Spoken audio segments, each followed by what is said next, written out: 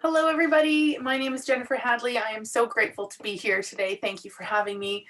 I am the founder of Fierce Mom Personal Coaching, and I am so excited to be part of this event, this week-long event of mental health awareness and strategy and consideration and thought and inspiration. And I'm so impressed with all of the other speakers that are going to be featured and that have been featured already. So if you haven't been taking part, please join in the conversation, join in the chats and in the comments and everything, because really talking about our mental health is so important, and it's so underserved. We're so underserved in that area because we focus on a lot of other things, but our mental health really sometimes just takes a beating. And I'm so glad and so grateful to Community Now magazine and to Krista Malden for arranging all of this and putting it together and collecting such an amazing group of speakers. What a gift. We are so lucky to be part of this, and thank you for inviting me to join you. I hope that you get something out of this, and I hope that you find a little nugget here and there of goodness from me or from anyone else that you've experienced in this event. So I'm here to talk about goal setting, and I'm also here to talk about what happens when things kind of fall apart. So first thing I want to do is, it's very simple. I have I have sort of like a checklist or a form that I usually like to give. I do this one with my kids often. This one is a simplified version because my kids are young. They're 10 and 8. And what I really want to do is just make it simple, because a lot of times when we talk about goals and goal setting, it can seem sort of overwhelming because we think about long term or big things, but it doesn't always have to be such a huge thing. It can just be a smaller, just a little thing that we want to get done and need to focus our attention on and our time on. And having a plan to do that really is the one that is what's going to help make a difference. So I'm going to do a quick little screen share here, and hold on just one second. Let's talk quickly about how we set goals. So here is my example. I use this with my kids all the time, and we go through this probably once a month, and we do check-ins all the time just to see where we're at. And it's a really great opportunity and a really great easy reminder of how to set our goals. So it's very simple. My goals by, and then I have my kids put their name there. This is a great exercise to do on your own or with your children. I find that having something to look forward to and having something to work towards really makes a difference. So we're going to focus on one thing. My goal is, whatever that goal happens to be, if it's weight loss for you, or learning a new skill, or achieving something that you haven't achieved yet that you've been thinking about. Like for me, I wanted to start my coaching business. So my goal was to put a website in place and to get my certification and to do all of the little things that you have to do in order to get to where you want to be. So that's the goal part. So, but it has to be specific. It has to be measurable. Like everybody knows about SMART goals, right? Specific, measurable, attainable, timely, and realistic, or realistic and timely. That's the RT part. Sometimes I forget how to spell because I get so excited about goal setting. So make sure that it's specific. You can't just say, I want to lose weight. I want to lose 25 pounds. And you can't just say that I want to lose 25 pounds, because you need to put a time limit on it. Otherwise, it's just going to go on and on forever. And then 30 years later, you still haven't gotten there yet. So you need to put a time limit. You have to make sure that it's attainable. If you say you want to lose 300 pounds, make sure you have 300 pounds to lose, because otherwise we're kind of unattainable here and it's not realistic either. So be smart about your SMART goals, but also give it a little bit of a push. Make it something that's going to be hard and something that's going to be worth it. So my target date, that's your timing. So let's say I want to lose 25 pounds by March 30th. So that's when I would write that in. To reach my goal, I will do these 3 things, and then you just state them. I'm going to exercise more. I'm going to meditate or sleep better. I'm going to eat a healthier diet. Whatever those 3 things are, those are the 3 things that you're going to need to do in order to achieve your goal. And these can be broken down even further. When I do my coaching, we break these into actually actionable steps. But just as an overarching sort of big picture view, this is a really great sort of example just for people who are just getting into goal setting. So what are the 3 things that you need to do? And then I know I will have I know I've achieved my goal because, and then you fill in the blank. How do you know when you get to that point? The number on the scale will show, your clothes will fit you differently. You might even get to go shopping and buy a new wardrobe. Whatever the answer is, that you'll know that you've completed this goal, that's what goes in there, so that you know, oh, I've hit that, that's done, I've reached my goal. And then the two things that are going to help me stick to reaching my goal.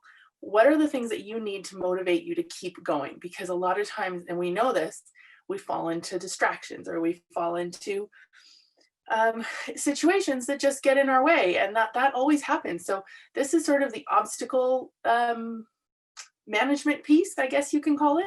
So the things that will help you stick to reaching your goal are the things that are going to get rid of those obstacles along the way. Motivation, maybe accountability. That is usually a really big one in keeping with our goals, no matter what they are. Having someone to report to and to say, hey, I'm doing this, and this got me here, is a really great opportunity to share our successes and also talk about maybe there was an issue, maybe there's some stress around it, and how to get through that. So that's either with coaching or with a trainer or with a nutritionist or a friend that's doing it with you. Either way, those things are going to help you reach your goal. So make sure that you write down what you need in order to get to that point. First, you'll probably need a gym membership or some sort of activity plan, and you'll need a meal plan or some sort of nutrition idea. So those are the things that you're going to need. Very, very simple. And I'll make sure that Krista has a copy of this so that whoever is attending and interested, you can definitely get it. Fiercemom.ca is my website, and you're welcome to send me a message if any of this makes any sense or doesn't. Please reach out. I'm happy to go through it with you and talk about that. Also, I wanted to talk about another concept. I'm going to stop sharing. Hi again. I'm going to stop sharing, and we're going to talk about something else that gets in the way. So when we talk about goals, it's all great and wonderful to have goals, but then sometimes things just happen, right? Things hit the fan and we get sidetracked and we get stressed out, and no matter who you are, something is going to get in your way sometime. So this is where we bring in a little trick that I like to use. It's called the sphere of influence. And it's a technique that I use often with my clients. And it's a great tool to use when we're feeling overwhelmed and unsure of what to do next, because that happens. No matter how prepared you are, things happen and get in the way. And then we feel overwhelmed, which is a sense of helplessness and a loss of control, right? So the sphere of influence takes us on a quick little empowerment journey, which I really love. And it helps us take back control and focus, because what happens is we only focus on two things. We focus on one, the things that we can influence, and two, the things that are within our control. So everything else that's outside of those two things are outside of our zone and need to be released, because too often we spend so much time and energy trying to work through problems and challenges and situations that we can't change. And this is why overwhelm and stress and frustration and physiologically we start having responses, because we just don't know what to do, because we can't figure it out, right? So when we stop and we think about what the situation actually is, we are better equipped to dealing with whatever that is and get back on track. So this exercise is going to help us gain insight and understanding on what to walk away from, because we know that our time and our energy is better spent on things that we can change over the things that we can't. So the first thing we're going to do is identify the problem or the challenge that we're facing, whatever the situation is that's triggering the overwhelm. And you can even do this in a team setting. I like to do it personally, one-on-one with my clients, but sometimes when we do it in a team setting where we sit around our boardroom, well, now it's a virtual boardroom, but we have an actual situation where we're all trying to deal with within our organization, whether it's a project that went wrong, or maybe there's a problem with interpersonal relations, or whatever it might be. This situation kind of works with a lot of different obstacles. So the spheres of influence I really, really like, because it can be used for a number of different kinds of challenges. So we're going to first identify the issue. I'm going to just throw out an example that maybe we're scared that we're going to lose our job because our companies are downsizing. We're seeing that all over the world. We're seeing it everywhere, especially in Calgary. So stressful, but we need to kind of figure out how to manage that and how to deal with that stress, because We all know stress is a killer, and we know that depression is on the rise, and we know that it's a lot of the times because of things that we can't control, that really we let that in, and it soaks up all of our energy, and we don't want to do that. So I'm going to do another screen share with you here, and then we're going to go through this little exercise. So just give me 1 second, and I'm going to bring you back to another example. So this is what I call, and what I've seen everywhere else is called the sphere of influence.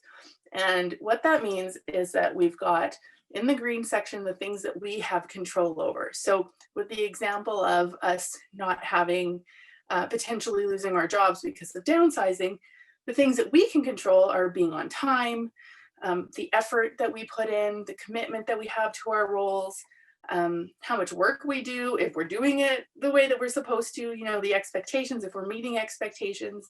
And even sometimes if there's an opportunity for a pay cut or time cut, it's in our control if we want to take it or not, right? So those are the things that we have full control over because it reflects on our own personal effort and work.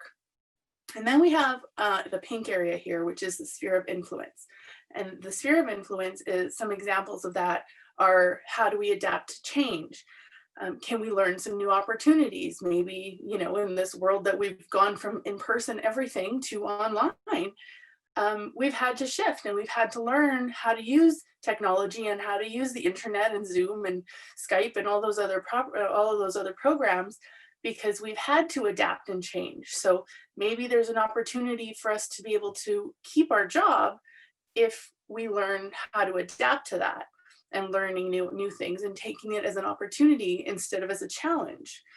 Another opportunity that you have some influence over is maybe just talking to your boss and saying, hey, I'm scared that I'm in a position where I might lose my job. What are some of the things that I can do to keep my work, to keep my job in place? And a lot of times, even just showing that initiative and showing that you care enough that you want to have that conversation really will make a difference. And it shows that you're a team player and that you're interested in staying.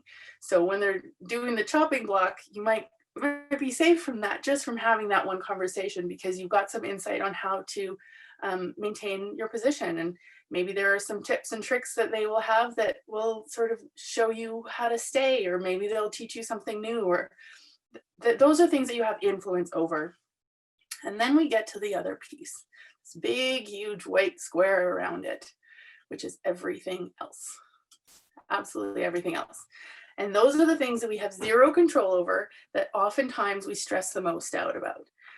The economy, lockdowns, politics, the law, things like that, the weather, whatever it happens to be, somebody else's opinion, somebody else's fears that get in our head and get in our way.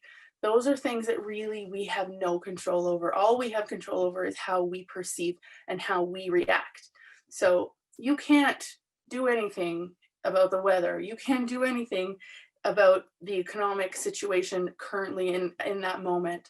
So why stress about it? Why give it all of this energy that you have when you could really be spending the time on your sphere of control and your sphere of influence, trying to change the control that you have? That's where the money is. That's where the gold is. That's where the piece of you taking back the focus and taking back that overwhelm and saying, I'm not going to be overwhelmed by this because I have no control over it. There's nothing I can do. So a lot of times, and I'm just going to stop my screen share here. Hi again.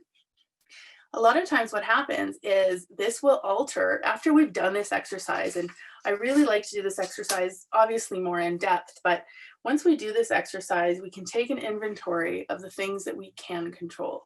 We look at our little bubbles and we say, okay, these are the things that I can do something about. I can tweak my future in a sense. I can tweak my own situation here. The other things, when we look at them and we say, okay, this I really have no control over, it's going to change your focus and your perspective and your feelings of overwhelm over those specific things. Even if it's a subconscious thing, just writing it down and knowing I can't do anything about this will make a huge difference in the way that you see it. So however that works for you is an opportunity for you to alter the way you think about your approach to the situation. Is there more clarity around the big picture? Is there something I can do instead? How can I put more things in the green circle and into the pink circle? And what are those things that I need to do so that I can really focus and take control back into my own life and not worry about the rest? I know that's easier said than done. I know that that's a little tough sometimes, but really knowing for sure that we have control over certain things and we don't over others is really going to change a lot of the way that you think about things. So after you do this exercise with one thing, look at another opportunity, look at another situation that you're dealing with. Maybe it's a problem relationship where you feel like you're stuck in this relationship that you don't want to be in. Do the exercise. What are the things that you can control? Your own emotions, your own contribution to the relationship, your own feelings on how things are working, your own level of forgiveness if there's something that you're stuck on or you're stubborn about and you don't want to give on it. That's for you to control. That's a you problem, right? But then if you look at your sphere of influence, what can you do to make it better? Maybe you need to learn the other person's love language, or maybe you need to step back and reevaluate your own effort and your own input. And then, of course, the things that aren't in your control are the other person's behaviors, the other person's feelings. Whatever they're doing and feeling has nothing to do with anything we can help with. So and I find it really interesting when people go to couples therapy. They should never do that together, because really what happens is they bring both of the issues together and it seems like a blame game, right? But if we were to take couples therapy separately and we were to say, I'm going to work on my own things here and you're going to work on your own things there, and we're going to come in together and build this perfect little pink sphere of influence where we can help each other out and we can make our relationship work stronger, then all those other things are no longer major issues, right? Because we've figured out where we have control and we figured out where we didn't. So I hope that that's helped. I hope that's given you a little bit of insight. It's just a little taste. I know we only have 20 minutes, so I wanted to share whatever I could. I hope that goal setting is something that's on your radar, because we're looking into 2021 and we really need to make a plan, because if we don't have a plan, then we're going to plan to fail, right? That's what they say. If you fail to plan, you plan to fail. So I'm here to help. If you have any questions or if you want to have a conversation with me, you can find me at fiercemom.ca or jennifer@fiercemom.ca. All of my information is going to be available to you. And I am so happy to continue the conversation with you as well. So happy rest of the week. I hope you all get something out of this. And once again, thank you so much for listening.